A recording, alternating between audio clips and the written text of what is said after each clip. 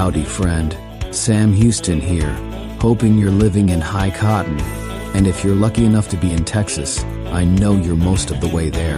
Now enjoy your daily dose of Texas history and Texas pride.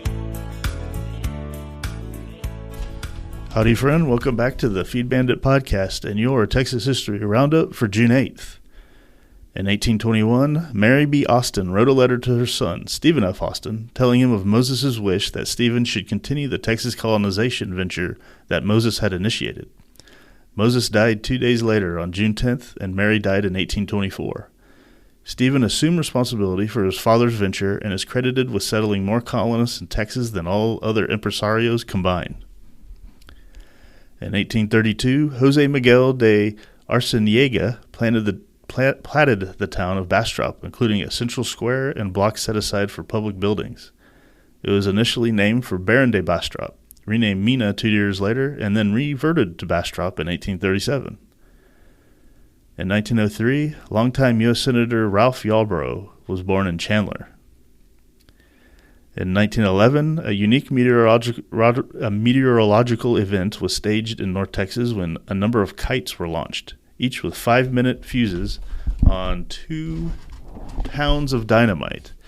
The experiment was staged by serial king Charles E. Post, who theorized that since rainfall often followed artillery fire during warfare, the exploding dynamite would bring rain.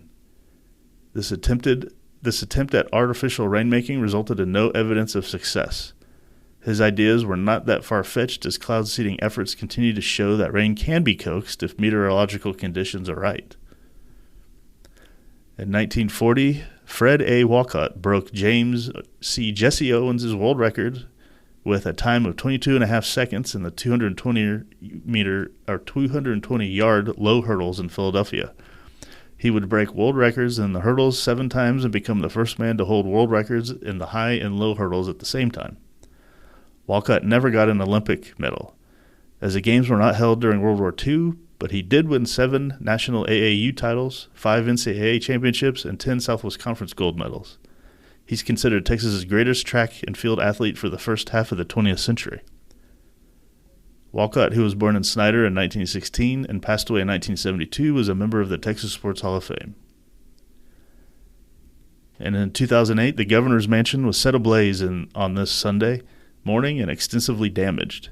It was unoccupied and undergoing major renovations, so many of the valuable documents, pictures, and furnishings that would normally have been there were saved. Arson was almost certainly the cause. Governor Rick Perry and his family moved back into the mansion in July 2012 when repairs were completed. The mansion has been the official governor's residence since 1856. All right, that, my friend, was your Texas History Roundup for June 8th. Thanks so much for listening, and we'll catch you back here tomorrow on the next one. You take care. Well, there you have it. If you like our podcast, check us out at feedbandit.com. There you'll find awesome Texas First outdoors gear and apparel. Your purchase helps support the Bandits and keeps this podcast on the air, fighting for you and for Texas. Remember, preserve the tradition, protect the legacy. Until next time.